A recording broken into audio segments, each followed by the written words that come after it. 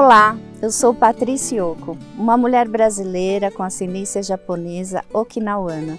Eu tenho cabelos compridos, olhos claros e falo de um dos lugares mais lindos desse planeta. Ali ao fundo é a Serra da Mantiqueira e o bioma Mata Atlântica. E por que eu falo desse lugar?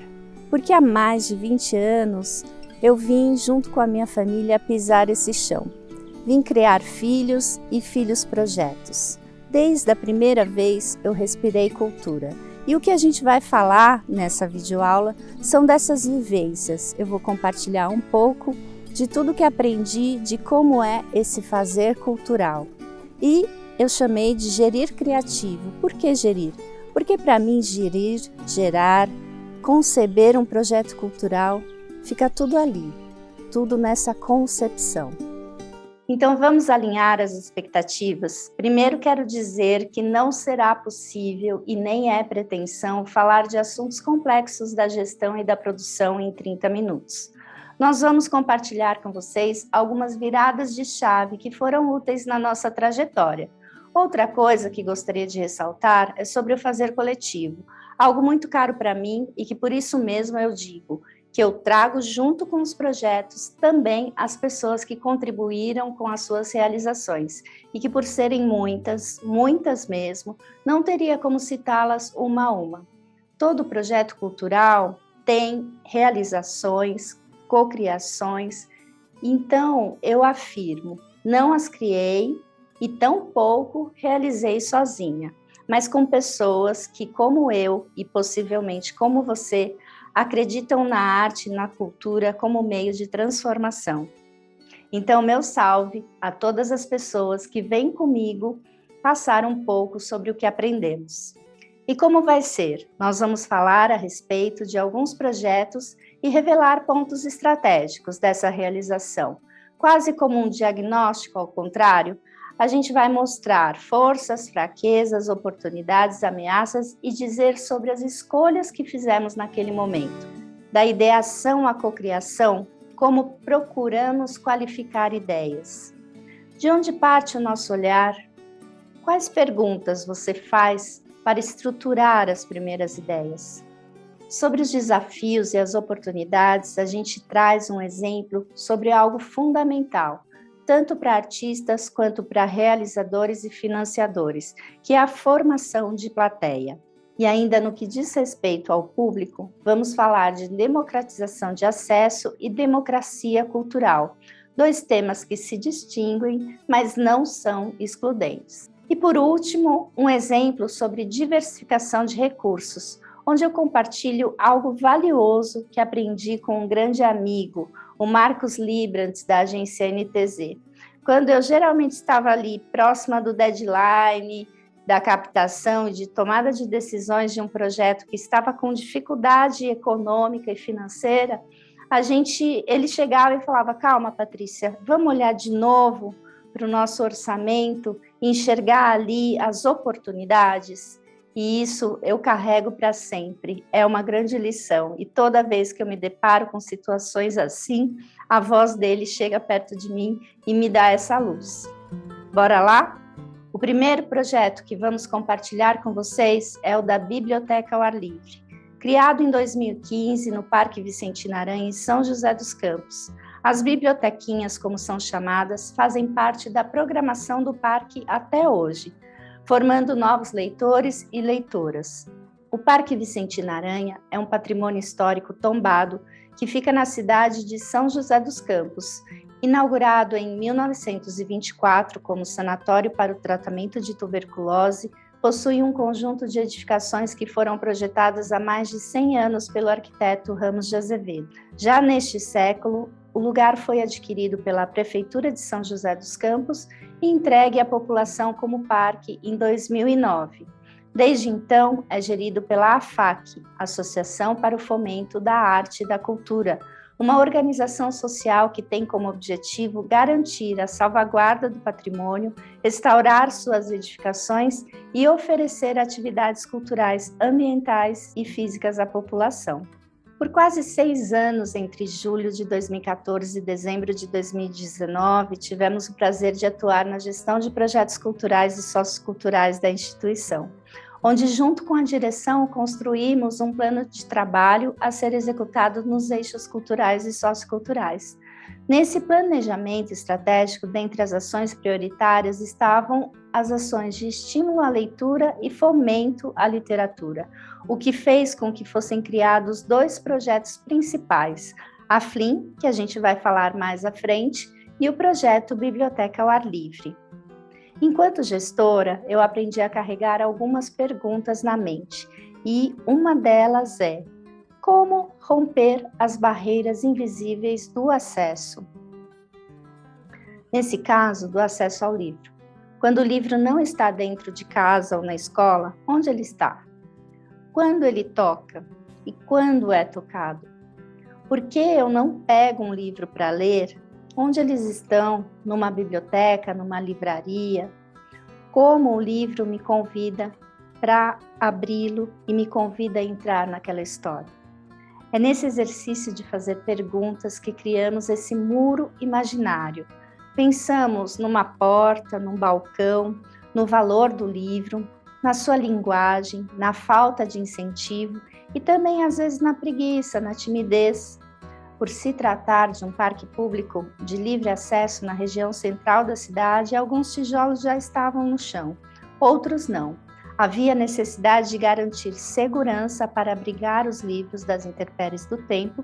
Logo, esse abrigo precisava ser prático, convidativo e itinerante. Numa chuva de ideias, junto com a equipe de produção cultural, o responsável pela manutenção de áreas externas e o gerente de patrimônio histórico, chegamos a uma ideia: construir 2 casinhas sobre rodas. Elas seriam leves, feitas de chapa de aço, montadas sobre um tipo de carrinho que a gente já utilizava para transportar os equipamentos do parque.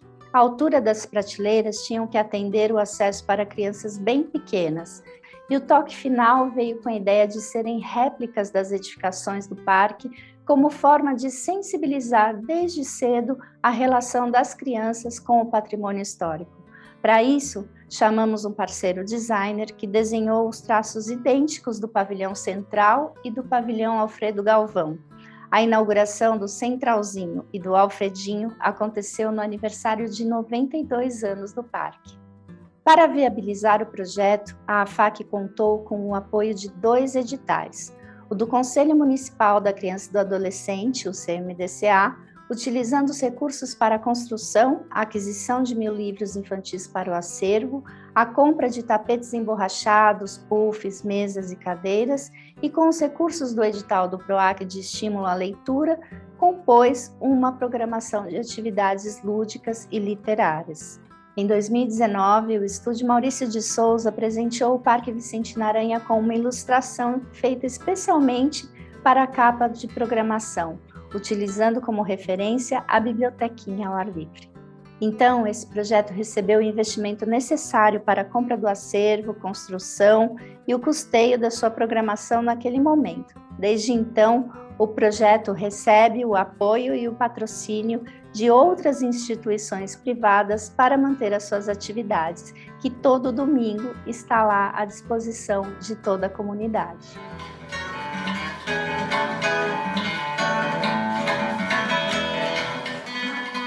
Todo artista tem o seu público. É com essa afirmação que quero começar a falar a respeito de outras subjetividades, para mostrar que muitas vezes o que parece uma fraqueza realmente pode ser o seu diferencial e mudar todo o jogo. O que te faz considerar um projeto autêntico? Criatividade, ousadia, liberdade para a experimentação? Onde se afirma a originalidade do seu projeto? Existe uma joia na criação que é a capacidade de qualificar e potencializar o que já existe. A dica é: atente-se ao intangível. São Francisco Xavier é um distrito rural que fica a 1h30 de distância da cidade que administra. Tem aproximadamente 7.000 habitantes e o que não falta por aqui é arte e cultura. Entre os anos 2000 e 2016, existia um espaço cultural e restaurante chamado Fotosofia Arte e Cozinha, Pode-se dizer que a singularidade foi a sua marca. Da concepção arquitetônica feita de materiais de demolição trazidos do antigo gasômetro de São Paulo, com vigas inglesas do século XIX e o conceito de menos é mais, aliado a uma proposta curatorial sem concessões, o Fotosofia priorizou uma agenda de shows de música autoral por mais de 16 anos. Todos os finais de semana, quem quisesse ouvir o que havia de música nova sendo feita, podia apostar e viajar ao vilarejo para encontrar no palco qualidade, novidade e ousadia. Foi isso que fez com que a casa fosse reconhecida na região e também fora dela. Mais do que o reconhecimento de PROACS e um prêmio Funarte, foi a realização de aproximadamente 900 shows autorais que gerou o interesse de artistas em tocar especialmente para aquele público. Aí vem o velho dilema Tostines. O público ia ao Fotosofia para ouvir música nova ou a música nova ia ao Fotosofia para encontrar o seu público. Nós tivemos a oportunidade de ir à casa de um casal que conheceu a casa desde 2001 e frequentou até o seu fechamento. E pedimos o depoimento da Ivone sobre as razões deles frequentarem o Fotosofia. Aquele lugar incrível, feito de maneira bem... Tudo era inusitado lá. Aquele lustre para mim, ele parecia... Eu não sei porque toda vez que eu olhava aquele lustre, eu lembrava do Blade Runner. Para mim, ele parecia que estava numa cena do Blade Runner, eu lembrava. E aquela lareira que tinha, e era um ambiente assim muito respeitoso em relação aos músicos. Buscava assim, um momento de bastante silêncio quando os músicos tocavam. Eu sempre gostei demais disso. Tinha o tipo de música que vocês, né, as pessoas que vocês convidavam, que eram sempre pessoas assim, músicos de vanguarda mesmo. O que você ouviu lá? O que você foi assistir? Olha, eu assisti um show que me marcou demais, assim, que eu não esqueço, foi do Ginga. Esse show para mim, assim, eu via que ele estava emocionado. Eles sempre falavam isso, que eles se emocionaram. É engraçado, ele já era um músico muito, né, conhecido e tal, mas ele deu um depoimento que ele se sentiu muito bem tocando lá. Porque eu não sei, eu acho que ele tinha uma interação com o público prestava muita atenção, vibrava, se emocionava, e ele estava próximo. Eu acho que isso devia ser... Eu percebia que eles ficavam que os músicos ficavam encantados de estar naquela interação, assim, com um público tão atento e tão, assim, fascinado.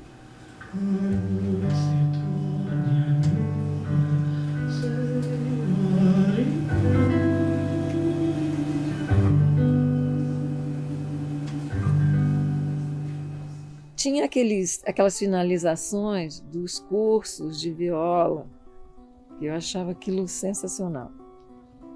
Que o Brás e a Bartira, não sei se eram os dois, não sei, eles organizavam um curso de viola aqui em janeiro, e no final sempre tinha lá encerramento. No Fotosofia vocês convidavam algum músico que tinha a ver com esse tipo de música, e assim, eu acho que o Paulo Freire veio numa situação como essa, e eu lembro quando veio Inesita Barroso.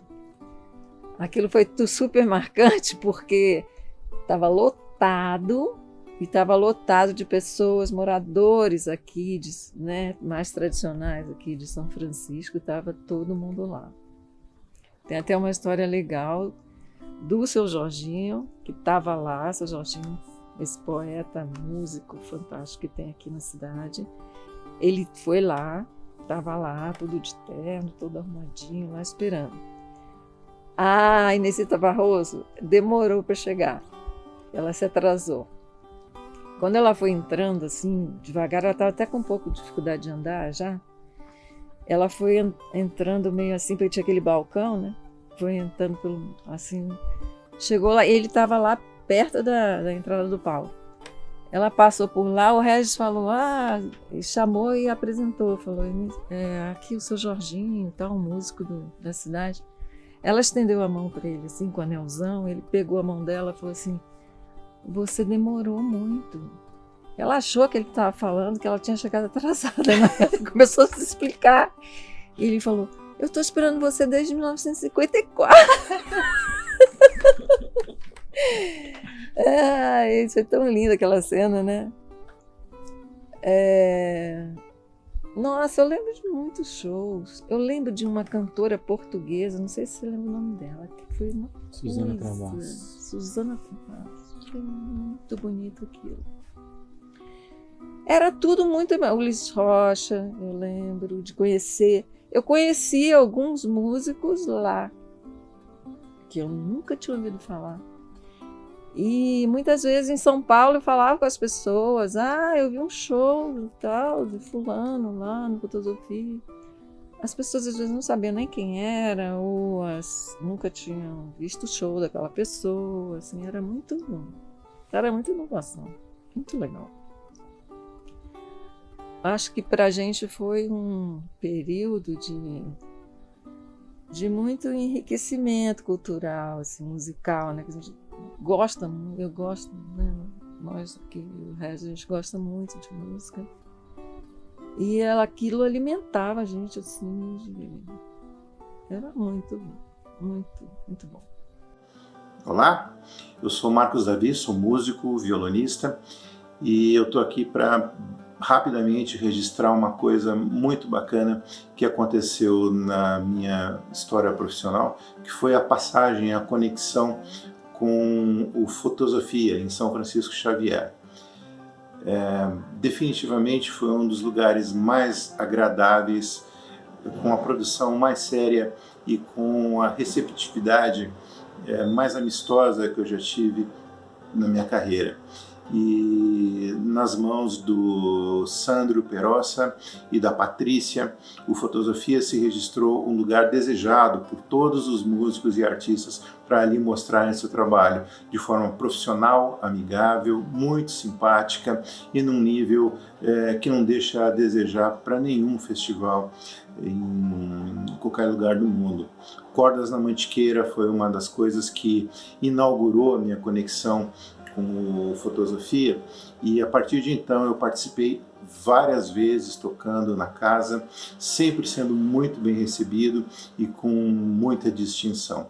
Eu recomendo a casa, recomendo a gestão da Patrícia e do Sandro, não apenas como profissional, mas como uma pessoa que foi muito bem tratada.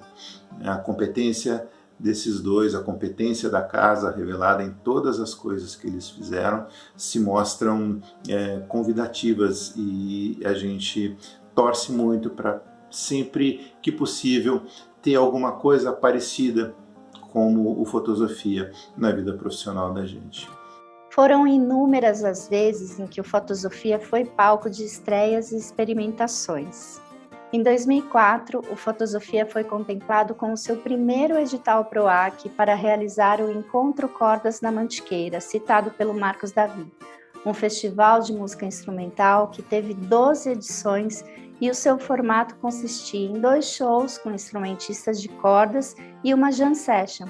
A curadoria continuava com o mesmo compromisso: revelar ao público nomes até então pouco conhecidos e aguardar as surpresas do encontro nas jam sessions, que eram praticamente um terceiro show estreado ali, na frente de todos.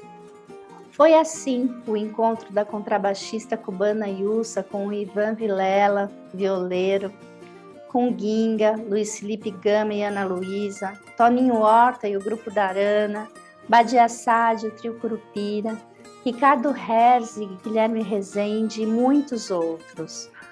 O Cordas na Mantiqueira também fez algumas edições fora do Fotosofia, na Praça de São Francisco Xavier e no Parque Vicentina Aranha. Trouxemos esses projetos como uma maneira de incentivar produtores e gestores de espaços a acreditarem na diferenciação e na singularidade de sua programação. Construir novos palcos é acreditar que existe um público ávido por sua arte, por sua música. Faça-o com qualidade e esse público também estará lá para prestigiá-lo. Sobre as características que fizeram parte das estratégias para alcançar os objetivos desse projeto cultural, a gente destaca autenticidade, assiduidade e persistência, aposta e abertura de novos mercados e contamos com um branding muito interessante, singularidade na proposta, arte, música, turismo, natureza, sustentabilidade, tudo isso aliado a objetivos bem definidos, um posicionamento curatorial com qualidade de programação. A música talvez seja uma das artes mais presentes em São Francisco Xavier, e a viola caipira um dos elementos que mais expressa o jeito de ser de sua gente. O projeto São Chico das Violas teve como propósito afirmar o sotaque caipira e valorizar a escuta nas rodas de viola. Nesse projeto eram mapeados os violeiros e violeiras dentro dos 322 quilômetros quadrados do Distrito Rural. Ao invés de serem convidados para tocar no centro, o público é que era levado para os bairros para prestigiar mestres e mestras da cultura popular. Aliás, prestigiar e se juntar, porque nas rodas todo mundo queria entrar. Pra nós dois aí cantando, quem canta esta moda vai dizer que eu tô sonhando. Do mundo como é que vai daqui a 200 anos. Junto desse público também participavam convidados ou convidadas especiais, que sempre diziam estar ali para brincar e aprender. Tá no castigo, logo ficaremos, depois entornar no canidando chupar. Olá, meu nome é Ricardo Vinini, eu sou violeiro. Eu participei do São Chico das Violas, do Encontro de Cordas e todos esses projetos que a Patrícia idealizou. São projetos muito importantes, fomentaram muito a cultura na região do Vale do Paraíba, né? E uma coisa interessante desses projetos, que eram projetos que eram destinados à música, né? Então as pessoas iam lá para ver a música, não era aqueles eventos que passageiros, né? Que a gente pensa só no entretenimento. Dali saiu muita gente bacana, né? Tive a oportunidade de tocar com muita gente legal. Espero que esses projetos continuem em novos formatos para abranger mais pessoas. Já dissemos nessa videoaula que o que não falta em São Francisco Xavier é arte e cultura. Mas existe algum lugar no mundo onde elas não estejam presentes? Com esse caso, queremos exemplificar o que teóricos denominam democracia cultural, um conceito que considera que todo lugar tem arte e tem cultura, em oposição à denominada democratização de acesso, em que o objeto central volta-se ao oferecimento de arte e cultura. Voltamos ao Parque Vicente Aranha para falar de um dos projetos mais emocionantes que exemplifica esse tipo de ação. Em 2013, a equipe do parque criou a Sessão Sábado Suspense, onde unia a exibição de um filme ao ar livre e uma visita monitorada, que acontecia dentro das edificações do pavilhão central, contando histórias antigas do sanatório de maneira teatralizada. As sessões eram um verdadeiro sucesso de audiência. No entanto, a gestão, naquele momento, optou em trabalhar democratização de acesso ao cinema e educação patrimonial separadamente. Com objetivos redefinidos, a partir de 2014, o projeto Cinema ao Ar Livre buscou investimentos e parcerias para atender jovens, crianças e famílias com projeções de qualidade e conforto. A seleção de filmes, feita coletivamente pela equipe, passou a priorizar filmes de grande bilheteria, entendendo que o papel do espaço público está em ampliar e garantir o acesso ao cinema de forma gratuita, atingindo um público que não poderia pagar os valores cobrados nas salas de circuito comercial. Foi quando a AFAC participou novamente de um edital do Conselho Municipal da criança e do adolescente e, com o valor do prêmio, viabilizou a aquisição de tela, equipamento de som, projeção, cadeiras normais, reclináveis, além do pagamento das licenças para a exibição dos filmes, e atrai até hoje, em média, 1.200 pessoas por sessão. A visibilidade alcançada pelo projeto atraiu a atenção de empresas e instituições privadas que, além de quererem patrociná-lo, passaram a oferecer ações de ativação para o conforto do público, como oferecimento de pipoca, refrigerante e até de mantas para aquecer as noites de inverno. Enxergar o valor desse projeto fez com que analisássemos os seus custos para buscar investimentos que garantissem uma realização regular. Ele se tornou um produto mais atrativo para patrocinadores, alcançando então os objetivos do projeto, que era satisfazer a demanda do público e torná-lo sustentável. Chegamos ao último caso desta videoaula. Prestes a completar o seu primeiro centenário, o Patrimônio Histórico também cedia um dos principais eventos literários e musicais do Vale do Paraíba, a FLIM, Festa Litero-Musical do Parque Vicentina Aranha. Como contextualizamos no início, ele faz parte de um programa de fomento à literatura e estímulo à leitura, protagonizando uma das festas mais plurais, onde a literatura e a música são pautas principais para falar de ocupação de espaços públicos, diversidade e o que mais a sociedade estiver disposta a refletir a partir dos livros. Recebendo aproximadamente 30 mil participações por ano, em 2022 ela realiza sua 8ª edição. Já contou com a curadoria de Alberto Martins, Marcelino Freire, Carol Rodrigues e a participação de artistas, escritores e escritoras nacionais e internacionais. O que torna a FLIM viva e pulsante é a maneira como ela imprime o sentimento de pertencimento de vários segmentos, subjetividade que vem sendo construída ao longo dos anos. A força desse engajamento está na sua capacidade de acolher o público e envolver um número significativo de correalizadores. São artistas, frequentadores do parque, apoiadores, parceiros, patrocinadores, que abraçam a realização colocando esforços e recursos próprios para torná-la possível.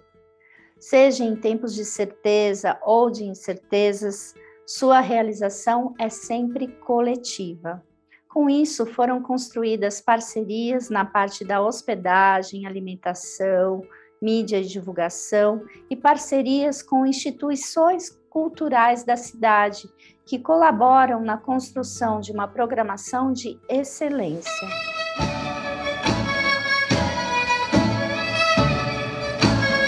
Daí a ideia de convidar um estudante, de convidar um jovem de 16 anos, a um outro de 20, a um que está começando a universidade agora, a um que está terminando o ensino médio, que eles fossem os anfitriões. Alguns complementos de receita ocorrem com a venda de produtos promocionais como sacolas, camisetas e a cessão de espaços para comércio de alimentos e livros.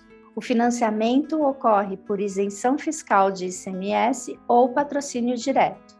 O voluntariado também é uma prática que ocorre desde 2018, com a participação de estudantes e interessados em geral que colaboram no receptivo do evento. O Vale, ele tem sede de cultura, né? E a FLIM, agora, nesse espaço, foi pra gente, assim, algo muito mágico.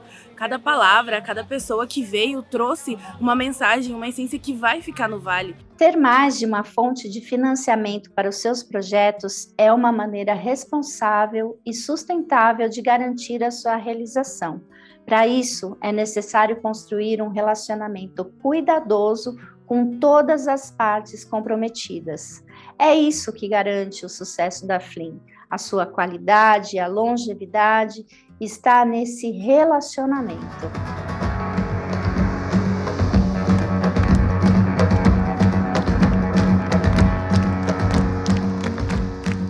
Como dissemos no início, essa videoaula não quis e não pôde aprofundar os temas da gestão, mas principalmente inspirá-los e inspirá-las em caminhos possíveis nesse fazer cultural. Se você é interessado em arte e cultura, junte-se a nós pelos canais da Apicultural nas redes sociais. Será um prazer estarmos em rede. Até o próximo encontro.